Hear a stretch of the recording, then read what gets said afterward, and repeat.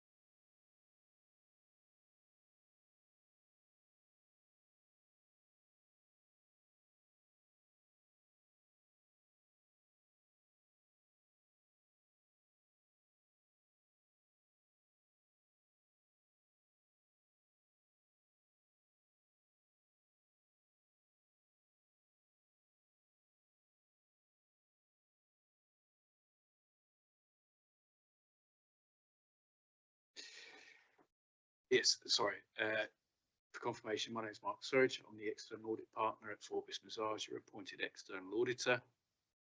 You have today in front of you the audit strategy memorandum, which essentially is the wraparound of our plan to deliver it for the financial year ended 31st of March 2026. The council is in a good position. The financial statements were published in draft beginning of this month, way ahead of the deadline. I've been told 6th in the country, which is very, very good. The approach that we will adopt is followed by statute, and essentially the whole draft plan that you've got in front of yourself takes you through that.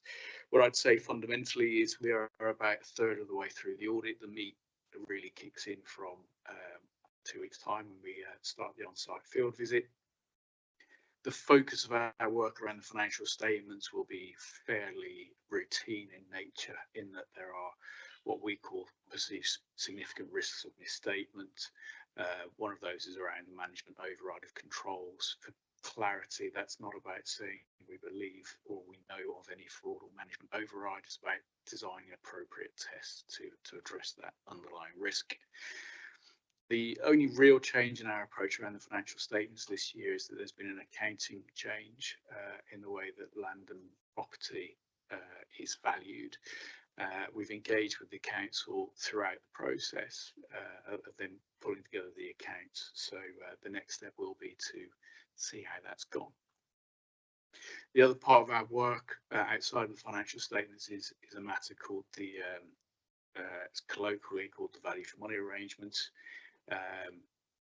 For confirmation, that's not an opinion on whether or not the council produces value for money or not.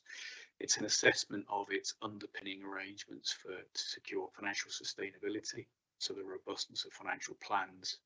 For governance, it's about risk management and budgetary control, and also in improving economy and efficiency, which is about performance management and partnership working. So there's a programme of work that we will delve into over the course of the year to come up with what we call it's called the Auditor's Annual Report, which is a summary of the work that we carry out and our findings. And that should come to you no later than November of this year. I'll stop at that point.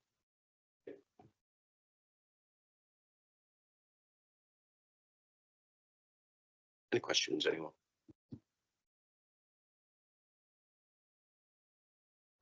Yes, Councillor Golan. Well done at being early in the pack. Sorry? Congratulations for being top.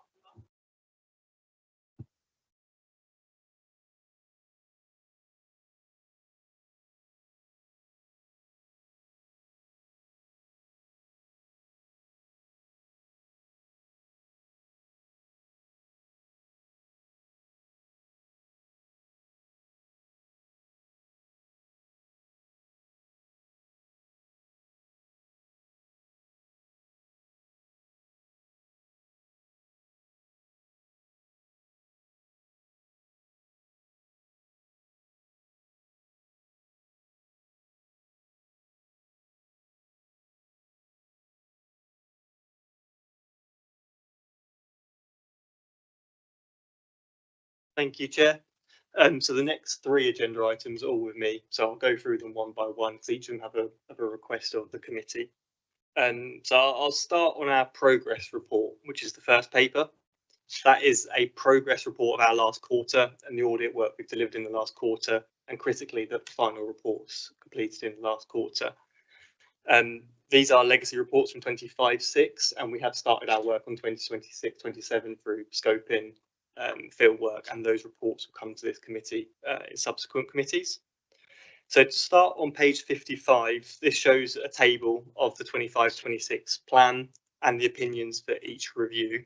You can see on there's a lot of green, a lot of positive, and we'll talk about that a bit more in the annual report, which is the next paper. There are 2 final reports that were completed or finalised in the last quarter, so one being health and safety, one being procurement. So to take them in turn, and I'll generally take the papers as read because I appreciate it's quite a large agenda for this meeting. The health and safety review was substantial on the control design, moderate on effectiveness with 1 medium finding. What's important to note is this review is around health and safety controls internally for the corporate health and safety, not health and safety externally where the council are holding events and similar sort of activities such as that. To cover policies and procedures, training, and accident management and reporting. And the one finding relates to that latter part. So the council used a system called the ESB for accident reporting and incident reporting, and we identified some areas where the functionality of the system could be improved, could be better utilised to improve the document retention from investigations of accidents and incidents, and then also to demonstrate remediation actions that have been taken post an incident as a learning lesson. The second report is procurement. And again, this was a moderate assurance report with 1 medium, 1 low finding. Actually, a moderate opinion I think is fairly positive in the broader landscape, which is there's been significant changes in procurement legislation in the last 18 months. And actually, when we look at procurement in the public sector more generally, this does tend to be an area where there are more weaknesses, partly due to the significance of the legislation versus the balance of ultimately the council needs to operate and purchase things and deliver operational activities. The one key finding, which again is not out of the ordinary for these reviews, was around non-compliance with some of the internal procedures and the standing orders, and these were with different areas of non-compliance. So, for example, there was one incident where procurement activities had been performed. The policy says 3 quotes must be obtained, 2 quotes had been obtained, where an exemption to standing order form should be signed, but in this case it wasn't. So that gives an illustration of one of those areas of non-compliance. Hopefully you get the sense and assurance that there was nothing fundamental in that non-compliance. So in that incident, procurement activities still happened, just not the 3 quotes that were required. And there was nothing that we identified that evidenced any sort of lack of value for money in the review. I'll pause there on the progress report and take any questions on anything within that first report. Thank you, Max. Is there any questions?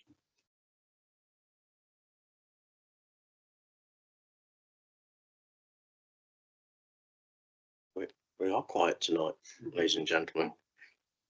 No questions. Okay, I'll go over to health and safety. So health and safety, what sort of what did you cover? I noticed you covered manual handling, COSH. What sort of things are you covering on that? And what have we found out? And you know, we've said that it's an orange. What sort of things did you explore on the health and safety? Or was it risk assessment? Was it how you implement the findings? Is it the training? That type of thing. Thanks. So there were 4 key areas covered in the scope. You named a good few of them there. So the first area was around policies and procedures, which is obviously the core framework for health and safety governance and alignment with the relevant legislation, so the Health and Safety Act 1974. Training. So again, that's a critical component. Mandatory training is required for all staff when they join. So assessing whether that there was compliance with that, and then critically, for areas where they're naturally at high risk. So we're talking streetwise and staff who are doing physical roles there, whether they had relevant additional training specific to their needs. And also whether there was a clear training matrix in place to help facilitate that. So understanding who had done what training, where further training might be required for certain individuals. Thirdly, around the risk assessment process. So working with the health and safety advisor, who's a fairly recent appointment at the council and has had a real positive impact on that risk assessment process to understand how they're working with those key high risk service areas to conduct risk assessments and hopefully avoid the 4th part of the scope, which is accidents, incidents or near misses. And so the final part was looking at those accidents, how they've been reported and recorded on the ISB system. And again, lessons learned from those accidents and incidents to prevent a reoccurrence of those down the line. And that final part is where the finding came in, where I think documents probably could be obtained, but they weren't in the central folder on the system, which is what you'd expect to see and hope to see. But action's already been taken with respect to those with the higher risk service areas to bring them into a more consistent process on the system. Thank you for that. And were the numbers consistent with the size of the organisation on reporting of accidents? Yeah, so broadly there was I think what's critical to say was there's no no significant accidents or incidents that have been reported that had to be escalated to other organisations, the health and safety executive, for example, during the period reviewed. The one area we have raised a comment on is around potential increase of reporting near misses. So quite often that's a kind of a good litmus test of the culture around reporting for health and safety incidents. So that there were near misses reported. What we would typically see for an organisation of this size is maybe slightly more, but that's what I cannot confirm is whether people weren't reporting them. It's just maybe if you look at the numbers, we probably expect to see a few more reported. And that's probably just a communication thing with staff to make sure they are aware of what constitutes a near miss and then reporting that more broadly. But there was nothing, to answer your original question, broadly in line with other local authorities and public sector bodies in that respect. Onto procurement now. I understand there's new procurement legislation coming in, or just come in. Have we got a proverbial ducks in a row for implementing the legislation? Yeah, so the Procurement Act 2023 came into legislation in February 2025. So the title of the act is probably a little bit misleading on that front. And one of the areas as part of our review was to assess the preparedness for that legislation. Obviously, it's been in for 18 months now, but what we're seeing across the board is a number of local authorities adapting, preparing for the requirements of the legislation. And there are quite a few additional pieces required within the legislation, particularly around the use of waivers or exemptions and within that. So overall, I think it was really positive actually to see the work that we've done. So Sarah and her team lead on this area, and they've created some clear templates and tools to advise staff on where they should be seeking procurement. Because that's probably the key risk, I would say, procurement, is that the central teams who set the controlled environment know the rules and requirements, but there's a couple hundred staff within the council who are doing purchasing as part of their daily role, and whether they know what process they need to follow. So these tools have really helped to support people to know who they need to contact and at what point in the process. So again, I think that was a real positive actually in terms of that preparedness for the new, or the, I say new, it's been there for 18 months now, but the current legislation. Okay, thank you. Yes, Councillor Ryan. Thank you. The procurement issues, how does that compare to previous years? Is it, and I don't remember any issues like this in the past. Yeah, so it's been a number of years, I think, since we've done a procurement review. I have to go back through my records to check when we last did one. So I can't comment from previous reviews if I'm totally honest. But what I can say though is the issues identified are in line with what we typically see across both local government sector and broader public sector as well. So I can look back through the records from the previous review when that was last done. But there has been a change in legislation as well since then, which may have impacted us. Okay. Thank you. Any more questions? Okay, shall we move on? Brilliant, thank you. So the recommendations. Do you want to do that one before I move on to the? Oh, sorry, it's sorry. I've just got down here no vote, so I didn't. It's recommended that the Governance Scrutiny Group considers the quarterly progress report for 25-26 and prepared by the Council's internal auditor. Okay, we have noted that. Thank you. Item 6. Sorry about that, Max. Thank you, Chair. No, that's okay. So our next paper is our annual report and head of internal audit opinion. So this is a requirement under the council audit regulations that we as council's internal auditors provide our head of internal audit opinion on your risk management, internal controls and governance. That's the real focus of our opinion. What we have provided in our opinion is, and you'll see this on page 72 of your packs, is an opinion of good, which is the top of our 4 opinion scale. This is the 5th consecutive year the council received that opinion or the comparative. Previously we had different terminology, but the comparative top level opinion. And across Gertrude, who is your head of internal audit, across his portfolio of local authority clients, Rushcliffe is the only authority to receive that opinion, which I think is reflective of the strong governance controls that we've seen throughout the year. What I should say, and whilst we do take into account other sources of assurance, our opinion is based on the work we've delivered throughout the year. That's an important point to note. I think what's probably key and part of this committee's role is, obviously, as we move towards LGR, keeping that keen focus around ensuring controls, internal controls and governance and risk management remain strong within the council. I'll take the rest of the annual report as read. There are a few useful graphs, I think, on page 76 of your packs, which show that the trend from the previous years, shown broadly, fairly stable in terms of number of findings raised and opinions to previous years of individual audits. But I think hopefully this committee can take assurance that our overall annual opinion is a positive one and good. Thank you. So we're making your job difficult for finding things wrong. That's effectively reading between the lines. But thank you, Max. Any question?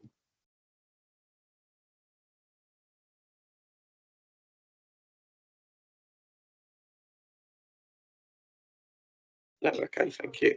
Oh, Councillor Garland. Can you just talk about the moderate report for Streetwise for actually I've read well, okay, well, the moderate report for Streetwise and in fact the main financial systems. I was reading the fraud identification against Streetwise, which obviously it wasn't, so that was a mistake, but can you discuss those? So just for complete clarity, so that right hand column relates to the risk register reference, that review. So we didn't identify any fraud, just to be clear, and avoid any doubt on that. So the moderate's on the control design for Streetwise, and from memory, I think this report came to the committee back in June last year, maybe. One of the key findings was around processes within the team, again, use of systems to allocate work and record work. But actually, I think moderate substantial is a positive opinion on the whole. But yeah, that was the key finding, I think, that was raised in that one. On main financial systems, again, I'm trying to wrap my memory here, apologies. I believe the focus issue was around accounts payable. and areas like that. So I'd have to go back through my records to get the actual detail of the median finding. But again, a moderate substantial is a positive opinion overall on main financial systems. There was just that one median finding which would have been on the design side and led us to that moderate on the design. Any more questions? No. Okay. It's recommended that the Governance Scrutiny Group note the internal auditor's report in relation to 25-26 Appendix A. So we'll move on to item 7. Max again. Thank you. Thank you, Chair. So this paper, my final paper, is the annual fraud report. So this is a report that we, BDO, are asked to do for the council each year. It's not a traditional audit opinion or report. It's based on factual information, essentially outlining the fraud activity during the year for the council.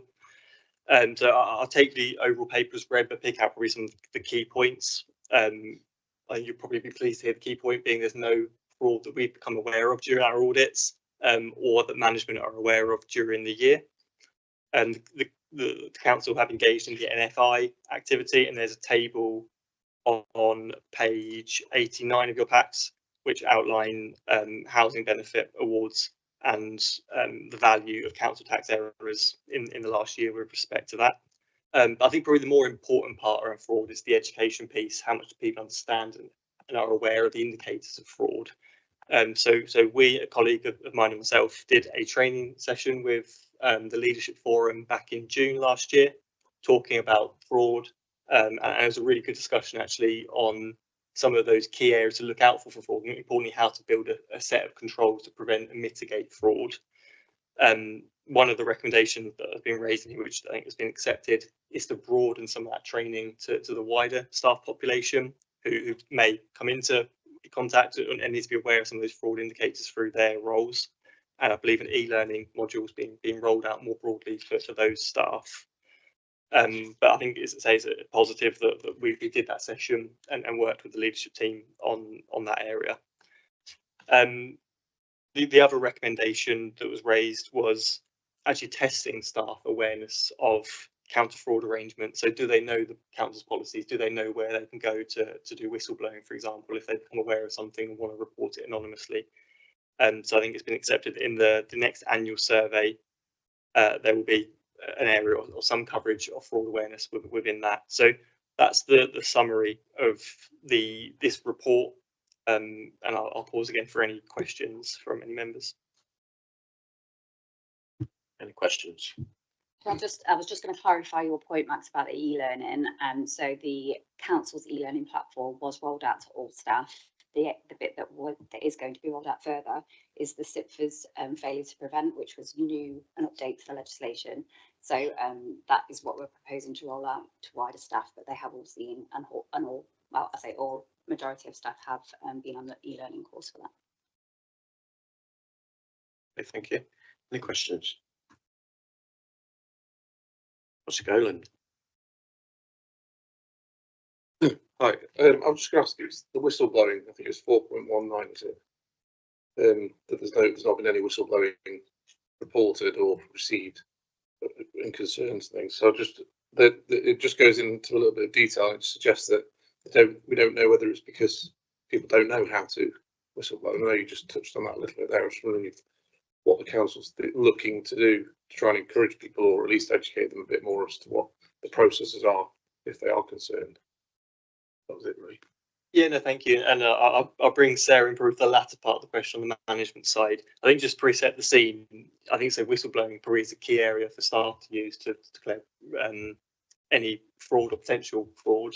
It probably should be classified as potential fraud as well, because you wouldn't know until you had the chance to investigate it. And you're absolutely right in terms of sometimes it's an indicator around the staff understanding awareness of how many whistleblowing incidents you get. So obviously you don't want too many. At the same time, if you're getting 1 or 2 a year, that might be a poor health culture, health indicator behind that as well. So what I would say, I'll bring Sarah in on the actual second part, which what are the council doing to raise that. give you that sort of assurance through that way. Thank you. Yeah, so I do agree with you that the low number, how do you know whether it is lack of awareness or just lack of issues to raise? The whistleblowing policy is publicised and reminded to staff every 6 months through the internal newsletter, and also at places like Leadership Forum. So awareness is sort of publicised, but as Max has referred to in the report, the recommendation is to test that second element, which is, are staff aware of it? And then you can sort of eliminate that as being one of the reasons for the low number. So the survey will, be rolled out. Councillor Cullen. Thanks. So on paragraph 4.22, which is the housing benefit question, it was sort of maybe a similar question to Mike's just now.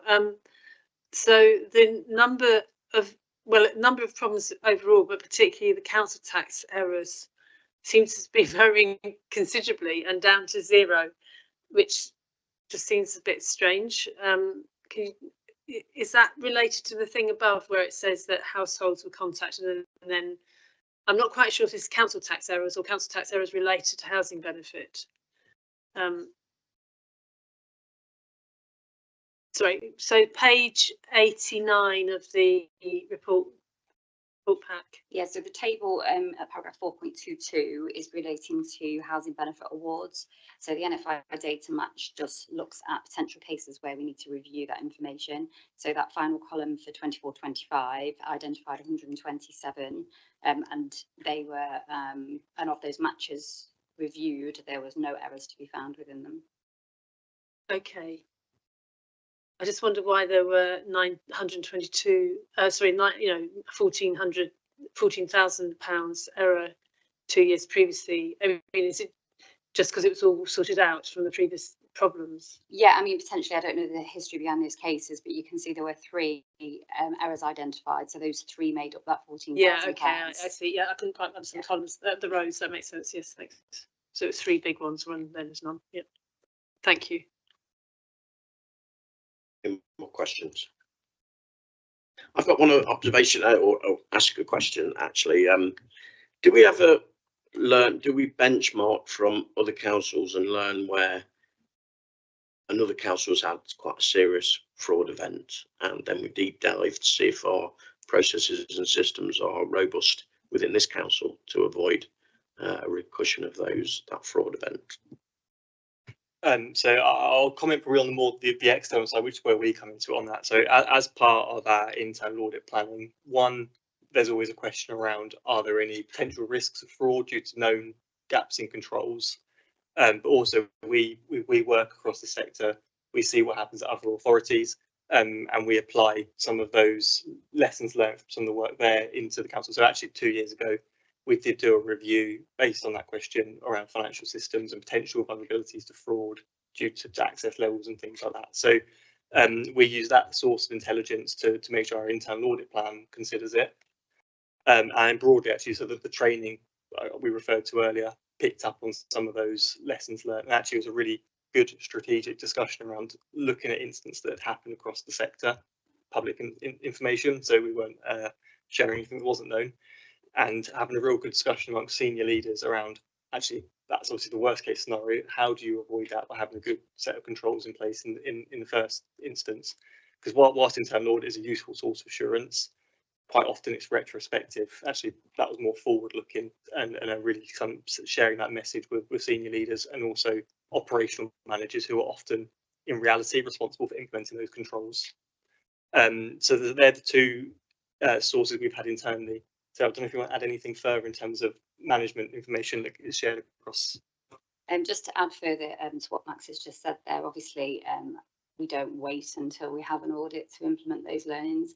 So we've got a number of sources, our banking partners, our internal audit, our external audit, and others. And as soon as we're made aware of something like that, then obviously that would be communicated to the relevant team, and those checks and balances would be done to give us that reassurance beforehand. And that's ongoing all through the year. So we're frequently having those updates, new elements of fraud that come to light, cyber in particular at the moment. So, they're quite frequent. So that's like ongoing learning, if you like. Thank you very much. Thank you. Okay, any more questions? No, okay, so it is recommended the Governance Scrutiny Group considers the annual fraud report of 25-26. Thank you very much. I understand you want to get away, Max, but you're perfectly welcome to stay if you wish.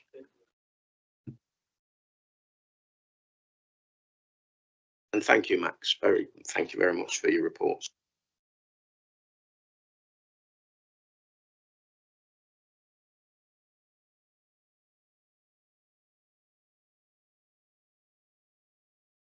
Okay, we're on to item 8, which is the annual procurement report presented by Lorraine Dennis of LCC, Leicestershire County. No, NCC, Nottinghamshire County Council. Don't know why I said Leicestershire, but it must be on my mind. I'll just introduce Lorraine and this report for you. So the annual procurement report is a new report to this group. And as Cindy referred to earlier, we have a new procurement strategy and the Procurement Act that came in February last year. So as a result of that, we are reporting on an annual basis now to this group. So it covers the activity for 24-25 and 25-26. And it just demonstrates how procurement is being delivered in line with the Act and our contract procedure rules, and also brings into line some of those things from the procurement strategy, which Lorraine's going to cover the stats for. Okay, thank you. Over to you, Lorraine. And welcome.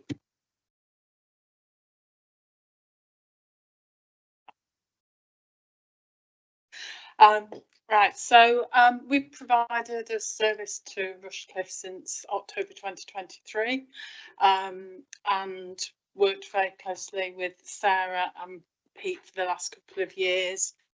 So I will just start off by saying the stats that are on your report are wrong. We haven't got the best reporting system at the moment, and just to reassure you there, we are in the middle of implementing a new system currently. So I did go through the stats again. They've actually improved. So the figures are right for the number of projects we've done. But the number, one of the things we're keen to measure is how much is going to SMEs and how much is going to local suppliers. And so the new figures have been put in, so they're slightly lower for 24-25 but significantly higher for 25-26. And Sarah's going to send the report round again with the new figures in, but just to say that your figures for the number of contracts you've got going to SMEs is actually 64% of your contracts. That is higher than most local authorities. The average across the country is about 40% to SMEs. So that is excellent. And your percentage going to local suppliers is 36%, which again is slightly higher than the average. It's normally around the low 30s. So that is really good. We've been working on setting up some frameworks that you're able to use that have no cost to you. So we've put a couple of DPSs in place that, just so you're aware, we work with 4 district councils currently, and we've put those in place for everybody to use. We've been working with Sarah and Pete on the procurement strategy, as she says, and that's to enable us to be able to report on more KPIs, etc. in the future, because of the new Procurement Act. Alongside putting those frameworks in place, we've been providing advice to everybody around what other frameworks they can use. And we've been providing training. So I know one of the things in the audit report was around how ready we were for PA23. We did several training sessions with the senior leadership team and did do a training session with members as well, about 6 months or so ago.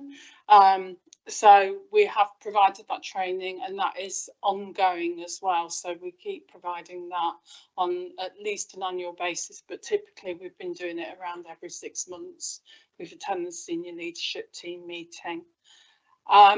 There's been a lot of work done on the contracts register. Sarah's done an awful lot of work around that, making sure we capture everything so that we've got everybody's figures on there. and that we've got a full picture of what is out there, which is helping us capture what other people are doing as well, and enabling us to make sure they're doing that properly and everything. So, but we are, you'll see the figures are lower for the number of contracts we've done this year compared to the previous year.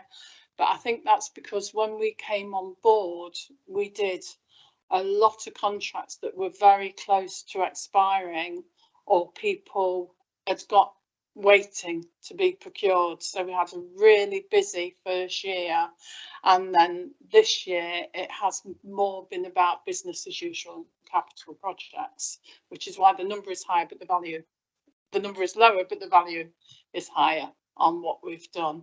And we're seeing that again into this financial year on what we're doing now. So is there any questions at all around it? Any questions? Yeah. Thank you, Chair. Dorian, thank you. Yes, I have a question. How do you define, so you've talked about local supply chains, so local SMEs and local supply chains. How is that defined?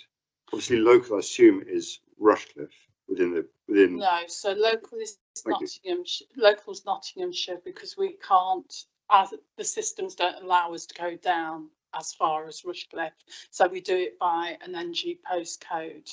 The new system we're going to have in place will define that better, and it will also show, because one of the things at the moment is it's around the head office being local.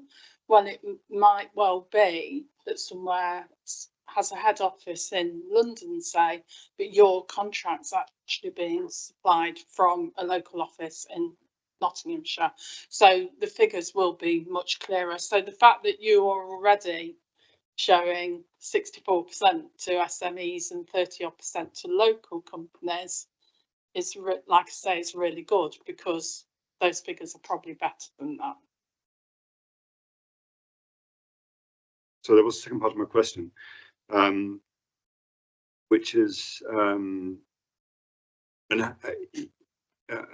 is that taken into account when, sorry, actually, second part of my question was, can you give us 3 or 4 examples of procurement processes that meet those needs, those criteria? So local SMEs, just some broad examples of the sort of contracts we're talking about. So the kind of thing we're doing to encourage that, and the kind of contracts that we're letting. Yeah, so I had a look at the contracts before we came out that was let. So there's a lot of minor construction works.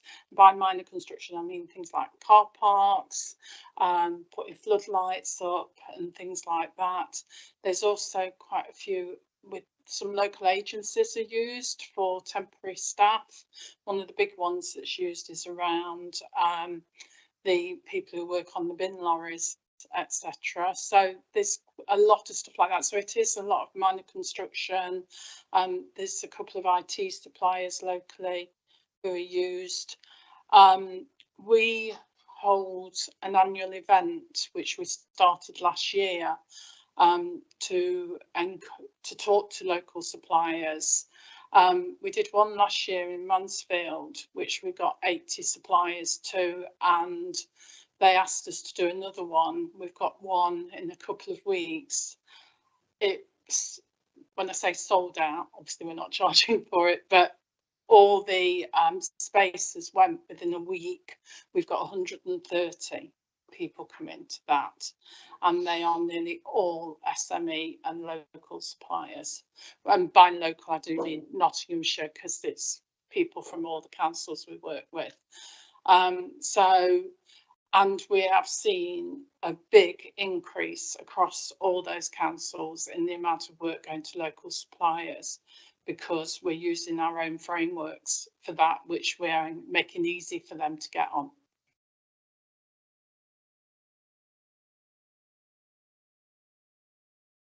Thank you. So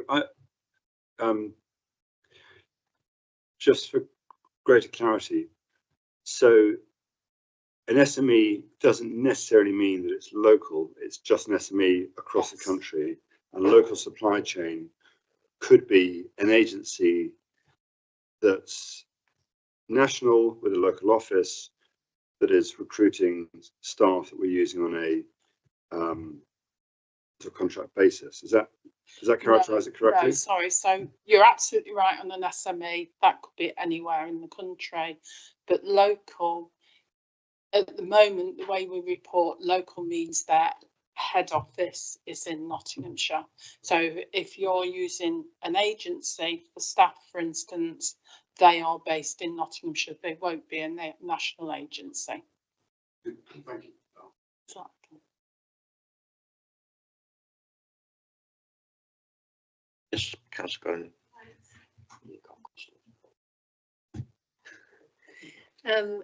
It's really amazing. It's so good, this localism. So just trying to understand what is being done. I understand what you just said, but is there a reason why Rushcliffe is managing this to get so many local and SME suppliers? Is it because of the measures you're taking at the county with the fairs and things like that, or having streamlined documentation, for want of a better word, processes for them? Or is it active work at Rushcliffe as well? Because obviously we're doing well, so are we doing better than the rest of Nottinghamshire? No, I can only speak for the councils we work Of course, with. yes, yeah. But we're seeing this increase across all of them, and I think it's a mixture of things. I think the events we're holding is helping. We're engaging with local suppliers. There has been some changes under the new Procurement Act that allow us to restrict some tenders to the local suppliers and SMEs, which we couldn't do before. So there's been various changes, and we're making sure that people are aware of that and acting on those. And obviously that's something commissioners across the authority are very keen to do. So yeah. Thank you. Thanks. Yes. Yeah, sorry, I was just building on what you just said then, actually. I mean, probably, it's a broader question about the legislation, I suppose. If you've got a local supplier, but you're looking for them to do something quite specialised, in order to get the number of quotes required to be seen to be fair, you might have to go further afield to get those people. Is there, I suppose, within our remit, the chance to choose the local one if the more value for money one was not local? Is it what trumps what? That's what the idea is. Is does local trump cost and value unless it's a big difference? Yeah, so you can only award according to the criteria you've put in there. It's worth saying that if you go out to open tender, and so I know the rules say you have to get so many quotes or etc. But if you go out to open tender and you restrict it to local suppliers because you're able to for that value, and you only get one bid, that is actually fine. So because that can happen if you do an open tender. It's not unknown to do a national tender and get one bid. So as long as you've been out to open tender, that is classed as fair. And what we've discussed with Sarah and Pete is that where we haven't got enough in Nottinghamshire, we know there isn't enough suppliers, we might go across the East Midlands or something like that. So still restrict it, but as long as you're being transparent, you can make that local area what you want to some degree. Yeah, question for me. So are you responsible for setting up the framework contracts as well as the tendering? Our own frameworks we are, yes, but also, So if say there's a maintenance contract that people are bidding for, that'll be done on a framework, won't it? So you're responsible for vetting and and putting onto a register. You can pick from these on the framework contract. They'll charge you X pounds amount for call out, X amount per hour. Yeah. So you're responsible for that, right? Okay, that's brilliant. The other thing is, how do you ensure compliance with legislative requirements for small businesses, say under 5 employees? What do you do there? So when you say compliance, you mean the supplier is compliant with what we require? So compliance would be with compliance with health and safety, for argument's sake, compliance with HR requirements, with all those sort of legislative requirements that are required for medium to large businesses that are not really required by law for the smaller ones. Yeah. So how do we ensure that the smaller contractors that we're encouraging on are not Budget and Scarpa? You know, how do we ensure that? So how do we ensure that, do we audit compliance, and how do we ensure that their paperwork is in place? So how do they submit that paperwork, and are they expected to submit that paperwork? Because in some legislation, like health and safety, if you've got less than 5 employees, you're not required to do risk assessments, so, or formalised risk assessment. So I just want to understand how we go down that route. So whenever we go out to tender quotes or whatever it is, they will answer some questions that are general questions. So they will literally be a tick box. Have you got a health and safety policy? Have you got an equality policy, etc. Whoever wins the tender, so we don't ask them at that point to submit any documents, and that's because that's a lot for them to send in. Whoever wins the tender, it's awarded subject to due diligence, and that due diligence is done at that point. So at that point, they have to submit their health and safety documents. We do financial checks on them. We get them to submit their insurance documents. Now, things like health and safety will depend what the contract is. You know, so if it's not relevant, we won't ask them for it. But things like insurance, financial checks, etc., are done every time.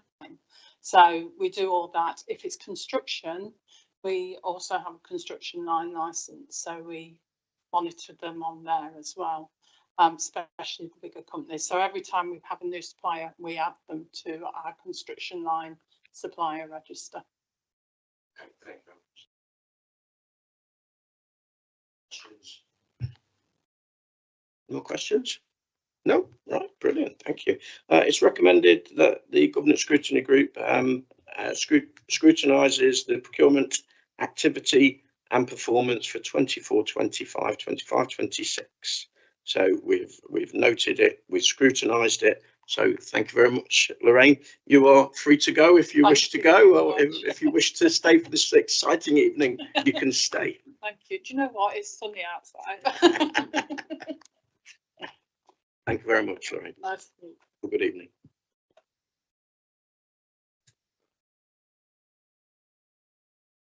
So we move on to item 9 on the agenda with Nick Berry, the investment property review. Over to you, Nick. Thank you. The property investment review is undertaken biannually. So the last time it was actually undertaken was Feb 24.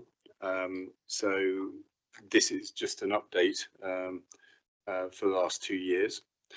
Overall, the portfolio performance is doing very well. The occupancy remains quite high at 96.4%, compared with commercial occupancy of the private sector of about 92%. So we're performing well. The portfolio produces and generates around 1.9 million per annum in rental income. Quite a large percentage of that is our investment properties that we purchased in the last 5, I think it was about 8 years ago. We started buying them then. Market context, the portfolio is operating in quite a challenging market at the moment. We've got businesses facing inflationary pressures, utility costs, wage increases. That's for us, that's led to 4 tenants entering administration, which should pose a little bit of a problem for us. In those situations, we market them. We've actually got 3 people lined up for those 4 empty units, which shows there's still demand. out there. But I think it is quite tough for tenants at the moment. Just regarding the nature of the portfolio, we've got a mix of industrial estates like Mambers Business Park, Collars Industrial Estate, and we've also got multi-let buildings such as the Point, and single-let properties like Unit 1 and Unit 3 at Walton Business Park. Since the last review, we have completed the sale of the freehold ground of Canterbury Lane Industrial Estate. That was sold to the long leaseholder at above market value. We've also undertaken some significant work to Mambers Business Park. So we've refurbished the roof. So Mambers Business Park was built in 2000, around that time or before. So the roof was becoming a bit of a risk. So that's been refurbished, roller shutters, etc. Those works are intended to extend the building life. So when we undertook the review, we looked at quite a few parameters. We looked at the asset value. So every year we undertake asset valuations of property, the current rent, the projected rent going forward, and the financial return, and the conditions. So what upgrading, what are we going to spend in the future, capital costs for upgrading these properties. And then we had a risk rating, which took account of statutory risk, things like MEES, which is the minimum energy efficiency standard, and other legislation that government might bring in, condition risk, tenant covenant risk, and then economic obsolescence, whether the property still is required in the market. The main risk for us is MEES. We have spent quite a lot of time looking at our portfolio, making sure that we fully understand what position we are in respect to EPCs, because MEES is rated on EPCs. There is the government will be bringing in, or should be bringing in, new regulations where the grading is going to be required to move from grade E to grade C. We have worked with Westbridge Energy consultants on that, and we are in a very good position, I think, across the board to meet any challenges in that respect. The key findings, we undertook a risk assessment of 1 to 10, 1 being no risk, 10 being significant risk. Majority of in fact, all the properties apart from Unit 3, Walker's Yard, Rushcliffe-on-Trent, were below 4. Unit 3, Walker's Yard, is an old building. It's used as an office. It's got a low EPC rating. So if legislation is brought in, that is a property that we'd probably have to spend money on, unless you could get an exemption. So we don't really know when that's coming in. I think central government are quite busy on lots of other things at the moment. So we've also got on the sheet, we've got 1 Walker's Yard, which is close to 3 Walker's Yard. The reason why I think we've ended up with those properties is that it actually sits adjoining the car park. So even with a higher risk, you would want to retain it for strategic reasons. It's part of your land holding. Mambers Business Park has reduced in risk since the previous review, based on the fact that significant refurbishments have been undertaken. The main risk on business parks such as Mambers is that your tenants are generally SMEs or early starters, or they've come from their house. It's the first unit, so you can't give them a strong covenant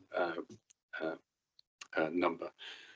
So the point, I think from the report, it shows that over the next 10 years, we've got £400,000 of capital. And that is a portion for new air conditioning in the 9 units, new lifts, new roof. However, the air conditioning is all working well, and is whether it becomes obsolete over that period of time. The lifts are working well. They're all serviced regularly every year. The roof is in good order, but that money is in there, possibly because it's anticipated over 10 years. But we just keep using, making sure what we do have works and is serviced properly. So we manage that risk.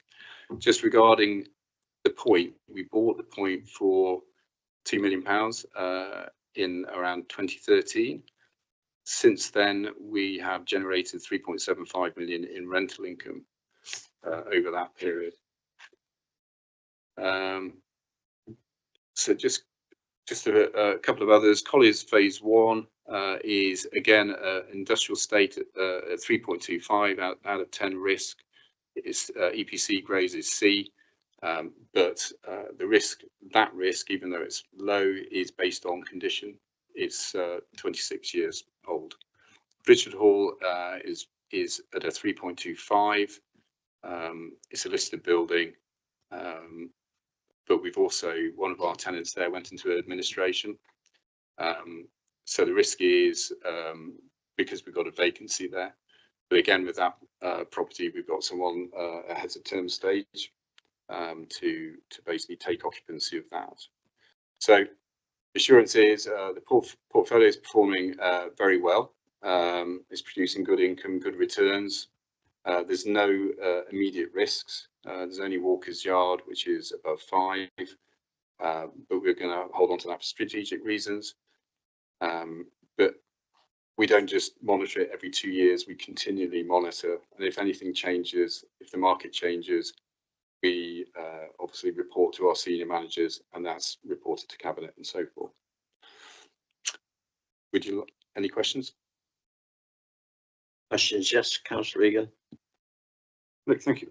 Yeah, I have 2 questions for you. One is related to the valuation. Is it an internal valuation, or do you, I assume you don't go external valuation every year? That sounds like a burden. And my second question is with respect to the 4 bankruptcies, which is clearly unfortunate. Has there been any additional liability with respect to the assets being locked up in the building while it goes through the process of liquidation? Have we been burdened with any additional cost or risk associated with bankruptcies? Yes, so thank you. The question regarding the valuation, yes, we can't go out to the market and find a true value of what the market would say. So these valuations are based on our asset valuations, but the asset valuations are based on rents that we actually receive and comparable evidence. So, for example, yields, which we would gain from the market. So from publications like Innis England Market Report and so forth. So I would say they're accurate, but they are book valuations which are used for the asset valuation report. Regarding bankruptcies, the administrators eventually at some point will send a notice to discharge the lease. So we do have other opportunities to actually take that unit back. So for one property, we actually served a forfeiture notice on the door. We took it back quite quickly for a number of reasons.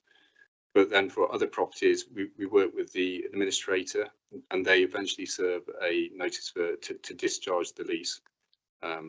If they once they're appointed, they may actually pay the rent up to the point where they have auctioned goods off within the building. So they pay that rent up to a point, and then they discharge. So, but we start marketing those properties once we know they've entered administration. No problem. Thank you, Chair. So my question is about the point. So do we know how many units are currently let out and how many are vacant, please, on that? So there's nine suites and 7 are let out. Suites A and B was let to Protocol, and they had been in a tenant since we purchased it, and I think they're one of the initial tenants. They went into entered administration, and they that was handed back in October. Since then, we've had FHB property consultants marketing that for us.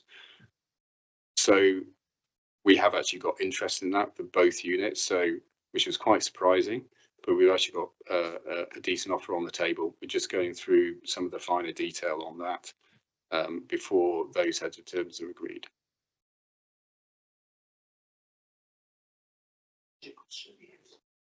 Scott. Oh, let Council go and ask it, and then. Yeah, Councillor Wright? might ask the same question. Sorry.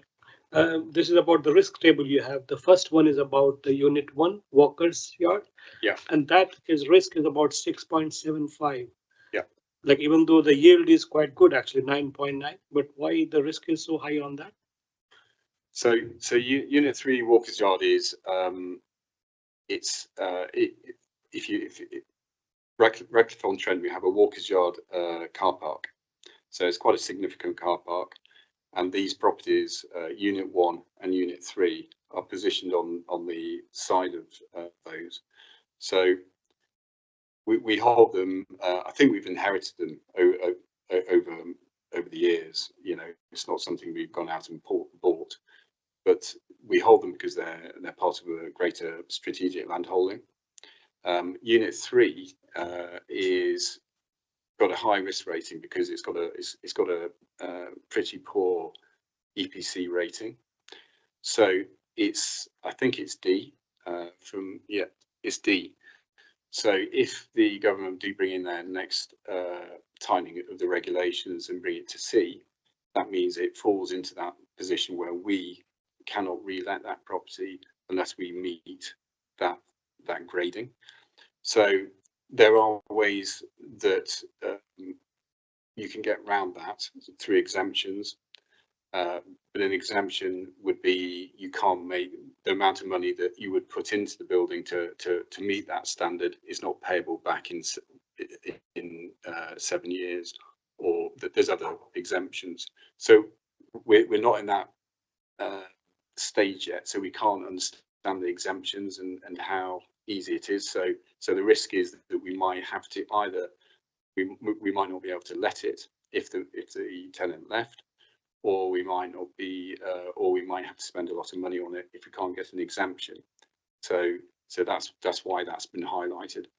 But ultimately, that property sits next to our car park and it's a strategic location. Yeah.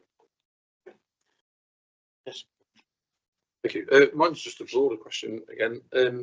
Thinking about, you mentioned that the private sector is being outperformed by our holdings. We've got more rented out than comparison across the board. Can you sort of explain why you think that might be? So I've got my own reasons and my own thoughts, but could you, as an expert, explain why we think our properties do so well? Can you tell me your thoughts first? Well, probably offering lower rental prices, offering the quality of our buildings are possibly better than some in the private sector. Better lease agreements, all sorts of things like that, I would have thought.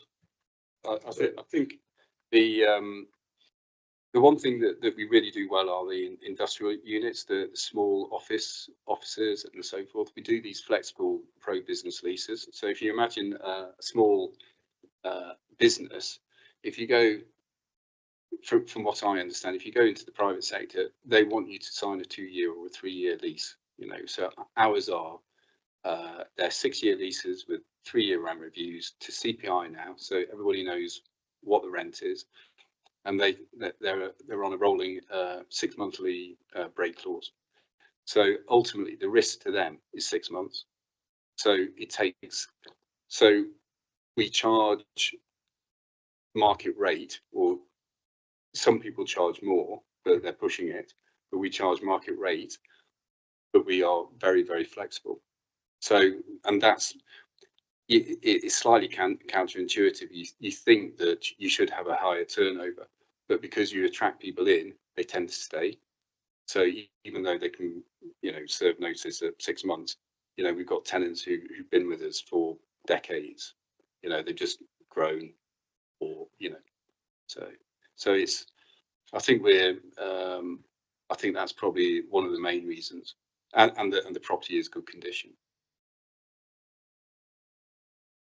No questions. Yes, Councillor Wells. Thanks, Chair. Richmond Hall, I see, is a listed building. Is that the only one we have?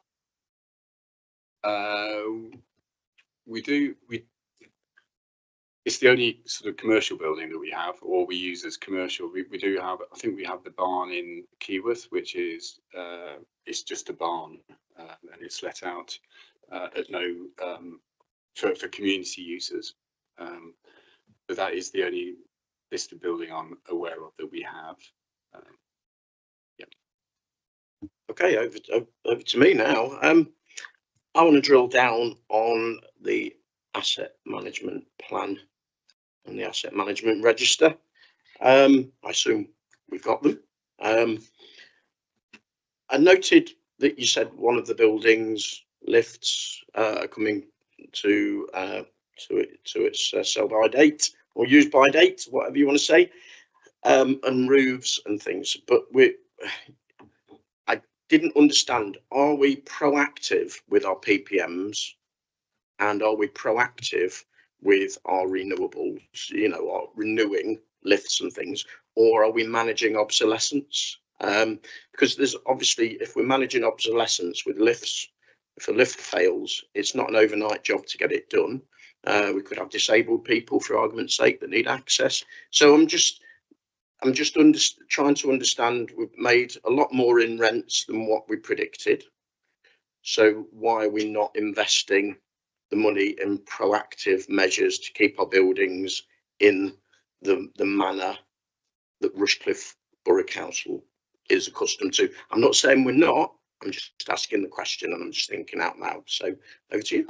So the answer to that is, I might have painted the wrong picture of the point with these dodgy lifts and all the rest of it, but they're certainly not dodgy. They are serviced twice yearly.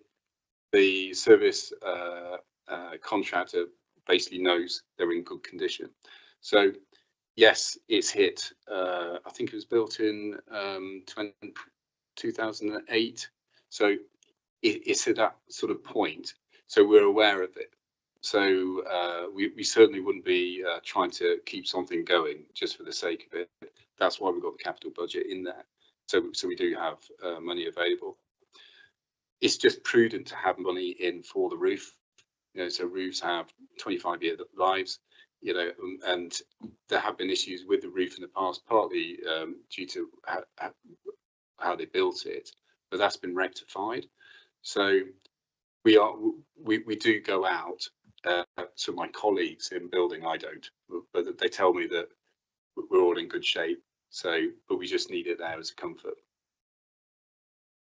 Okay, so just as a lay person, so what we're saying is we put an amount of money aside. We're not saying this date is in tablets of stone. That's what we want to do. Proactively go ahead, do something with the roof. Proactively go ahead, do something with the lifts, etc. We're saying that's what we're reasonably allowing for 20 years, 25 years. We've got this money just in case, but we'll see how long we can stretch it. Is that an accurate? We accept that it is probably reaching its apparent life, but if something is working really well and the contractor is saying that it's working well and it's not obsolete at all, and you can still get parts, why change something that's actually working? So we're aware that it is getting to that stage where it may need replacing, but obviously if we're aware of it, if, say, for example, we do see something going wrong with it on a regular basis, that's the time to really start going for it. So it's sort of when things start to rapidly go, if you have air conditioning going wrong, say 4 or 5 times in 6 months, you'll start to think, right, okay, we need to have a look at that air conditioning. Or I don't think it'd be just a case of us sitting on our hands and just waiting for things to go wrong continually. We have contractors who go in and they service it, so they're telling us the state and standard of those units. So the lift contractor is basically saying this lift is fit for purpose for this building. So okay, that's, yeah, it's just from my experience with things that with managing it, its obsolescence, we're stretching its use by, when it hits it, we hit a wall, buildings hit a wall, and then all of a sudden we've got problems with downtimes and failure in contracts and things. So within the public sector, I've experienced it a lot where we stretch it a little bit too long. And it just seems to me, if we've got the money there, if we're getting more money in from our rents than what we'd normally do, why are we not being proactive? But thank you very much. What you're saying is we're relying on the experts. Thank you. I was just going to add to Nick's point, actually, that obviously the condition surveys are done on a regular basis. What's in the capital programme is what we foresee to be needed. It's not, and it's like, it wouldn't make financial sense to repair something that's not broken. So it's like you say, we just get to that point, make an assessment when it needs doing, budget is available. If not, then other things might get to the end of their useful life sooner, and therefore that takes priority in the capital programme as well. So it's certainly not things, breaking down with the point where we're going to be paying on a regular basis. Yeah, thanks for that. It's more lifts that I'm concerned with, because I've seen them out of action for 8 months because you can't get the parts, etc. 20 years you're going to be able to get the parts, but I've seen them where they've been out of action and then all of a sudden we've got all sorts of issues. So I wouldn't want Rushcliffe to have that sort of bad publicity.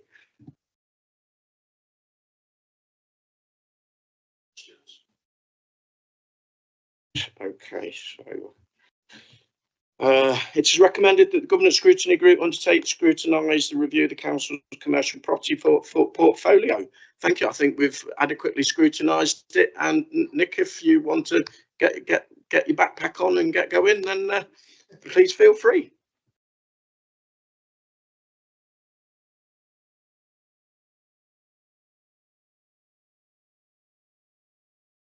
Okay, we're on to item 10, onto the annual governance report, the exciting annual governance report. Over to Sarah. Thank you. Thank you, Chair. So this is the annual governance statement, which you do see at this group every year.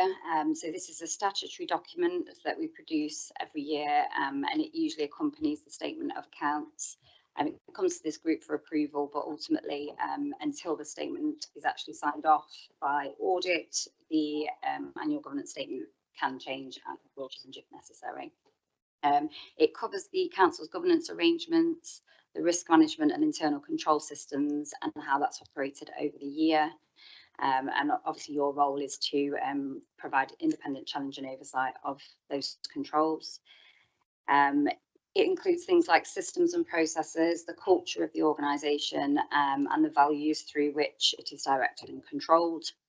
And it explains how the council ensures that it is being lawful in its decision making, and making sure it's safeguarding public money and managing risk and delivering its services efficiently and effectively. We need to provide reasonable assurance that risk is mitigated, although it's accepting that it's never going to be completely eliminated.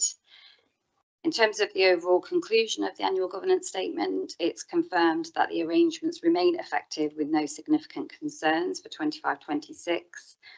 Internal audit, as you heard from earlier, have provided some reassurance of that position by our strong opinion on our risk management and control, with no major weaknesses identified. The statement really looks at the fact that we've maintained a stable governance environment despite lots of external pressures, such as reducing funding and increasing of demand and changes in legislation affecting the services we deliver. And we have a positive organisational culture, which looks at continuous improvement and looking for efficiencies within service delivery. In terms of looking forward, the risks are obviously going to be elevated as a result of local government reorganisation, because that's a major structural change to the council, and it's going to require careful management with regard to the capacity of the council to deliver that change, particularly on resources and the decision-making processes that underpin them. So there's also an action plan at the end of the annual governance statement that looks at the coming year in terms of strengthening those arrangements and managing the pressures. Okay. Thank you. Any questions? No, I'm just one. yes, You may have gone over it, but it does mention it. Is it 4 points somewhere in there? It mentions the word seismic shift in governance. As a geologist, I get freaked out by the word seismic. It's quite a powerful word. And then 6.6 goes on to say there's no significant threat. They're the same. I can't remember. I've lost it now. Anyway, I'm just wondering how those two things can sit side by side, where there's no significant concerns raised, but you've said that there's a seismic shift coming. And how does that marry up? So the significant change coming is obviously LGR, but whilst the AGS is forward-looking partially, it's also sort of looking at the year past as well. So there are no significant concerns with our current arrangements, but we are expecting some sort of change, and it's just making sure that we maintain that level of control and governance going forward. And I think external audit alluded to that as well, that we need to keep our eye on that. I must say, Councillor Gaunt, I'm very impressed that you picked that up. I'm really genuinely impressed on that. That's brilliant. Thank you. And any more questions on the annual governance statement? Okay, thank you. I am what I'd like to do here. It's recommended the annual governance statement 25-26, Appendix 1, which incorporates actions for the forthcoming year, be reviewed and approved. So we need to vote on it. So can we have a vote to approve the annual governance statement? Okay, unanimous. Thank you very much. Let's move on. Item 11, the capital investment strategy outturn 25-26, presented by Marie. So this report summarises the outturn position for 25-26. It starts with a look at the prudential indicators. Slippage in the capital programme meant that capital expenditure was lower than budget. Carry forwards of 3.145 million have been requested. Full details can be found in the final outturn report that went to Corporate Overview Group on Tuesday. Investment balances were slightly lower than budget due to Section 106 monies being released during the year. However, higher interest rates resulted in investment income exceeding budget. Table 3 shows that the closing CFR was 8.417 million. Paragraphs 4.12 to 4.15 summarise the PIs relating to borrowing that are not applicable to the council. The liability benchmark again reflects that the council has no need to borrow over the medium term. Table 4 shows the ratio of financing costs to net revenue streams. The actual for 25-26 is negative as a result of investment income exceeding MRP payments. Table 5 shows net income from commercial and service investments to be higher than expected. Table 8 shows investments held at 31st of March 26. This is just a snapshot at a point in time. The council's investments are spread over a diverse portfolio to protect it from interest rate risk, whilst at the same time retaining sufficient in easy access accounts for liquidity purposes. The average interest rate received on investments during the year was 4.33%, resulting in investment income of just over 2 million against a budget of 1.435. The MPC voted today to maintain interest rates at 3.75%, although rates are expected to increase to 4%. Table 9 shows the fair value of the diversified funds. These funds returned an average rate of 4.7%, exceeding both money market funds and base rate. Paragraph 4.27 onwards covers asset investments. These yielded a return of 6.20%, well above the base rate, and exceeds the average return on our Treasury investments. Table 12 demonstrates commercial income from commercial income accounts for 9.8% of total income for the council. Paragraph 4.35 explains the code requirement for members and officers to be sufficiently trained. To conclude, the position on the council's investments remains fluid. Uncertainty in the global market, including the peace agreement due to be signed tomorrow, and inflationary pressures in the UK, particularly surrounding energy and labour costs, could see the Bank of England increase the base rate to 4%. The impact on the council's investments will be monitored closely and reported back to Governance Scrutiny Group. Are there any questions? Thank you for that. Any questions? Yes, Councillor. This is on the table 8. So the best interest rate we are getting from the Aegon diversified income. So currently, I think we have invested only 4 million, 4.9. Is it possible to put more money there because interest rate is quite good? So yes, I just sort of explained this is actually just on that day. You know, if we looked at our investments now, they'd be very, very different. So that is what we do. It just depends, you know, what we've dealt with on that morning. So we do, that is part of our strategy. Each one needs to look at what best returns are at that point in time. Also, just to add to that, that we do have to abide by our capital strategy investment limits for counterparties. So it's not always as simple as being able to put as much as possible in the highest earner. But also with that particular one, that is slightly higher risk. So at this point, we won't necessarily want to put any more into that one.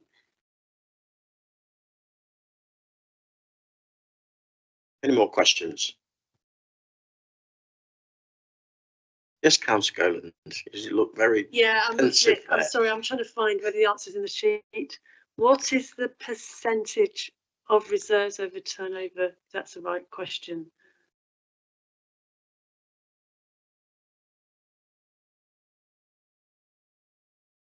Do you know sort of ballpark figure? No, it's okay, thanks.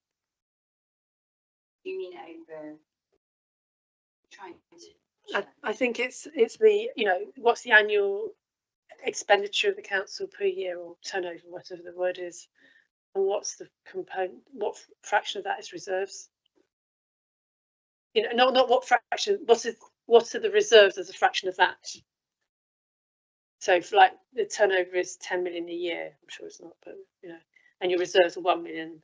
I think off the top of my head, I think turnover gross is about 34 million. And I think our reserves were about 23 at the end of the year. I'm not 100% sure, but I'm not sure what it is trying to demonstrate. No, that's exactly what I was trying. That's exactly what I wanted to know. So we would have pretty much almost a whole year's worth of money. If we got no council tax next year, we could almost run, well, give or take. I mean, obviously not 20. I mean, obviously we're talking cash flow rather than balances that, you know, that are ours to spend, because we've got quite a lot of section 106 money in there as well. So right, it's not as simple as saying, you know, we could use that to fund a year's worth. So my next question is, what happens to the LGR, under LGR, to those reserves? They go to the new council straight up? To be confirmed, but yeah, ultimately the councils will merge together. So. I mean, obviously that's the idea as well, so it's fair enough in a way. Thank you. Yeah, so certainly. Is it a legislative requirement that you have to have 50% reserves? It's not 50%. We have to have general fund reserves of I think it's a minimum of 1.2 million, which we've got 2.6. But it's generally down to the 151 officers' assessment of what's sufficient. There's nothing in terms of it being 50%. No. Yeah, the charity I chair, you see, that's required to have reserves, significant reserves for up to 50%. I mean, generally speaking, you'd want to make sure your reserves are enough to cover a rainy day. So you wouldn't expect it to be 50% sounds high to me, but Depends how big the yeah, charity is. exactly. It's running operating costs for 6 months, so yeah.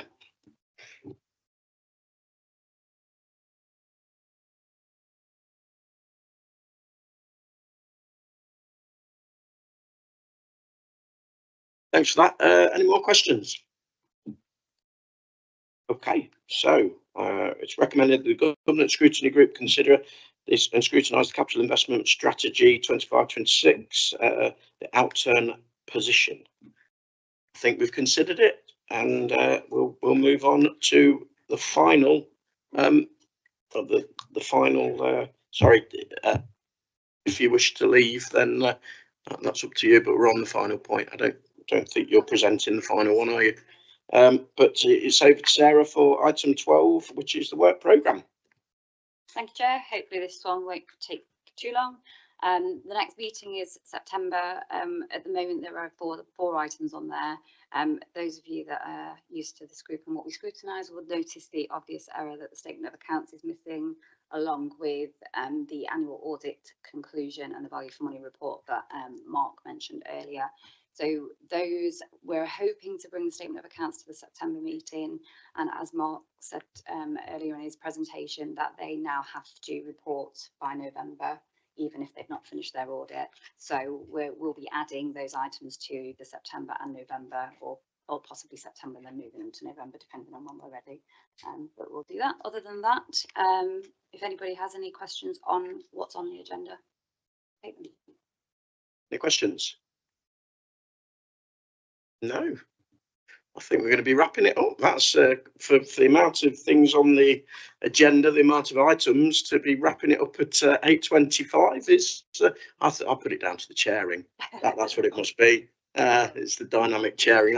No, but thank you very much. Thanks for everybody and your input. I will call the meeting to a close at 8:25. Thank you very much. Good evening, everyone.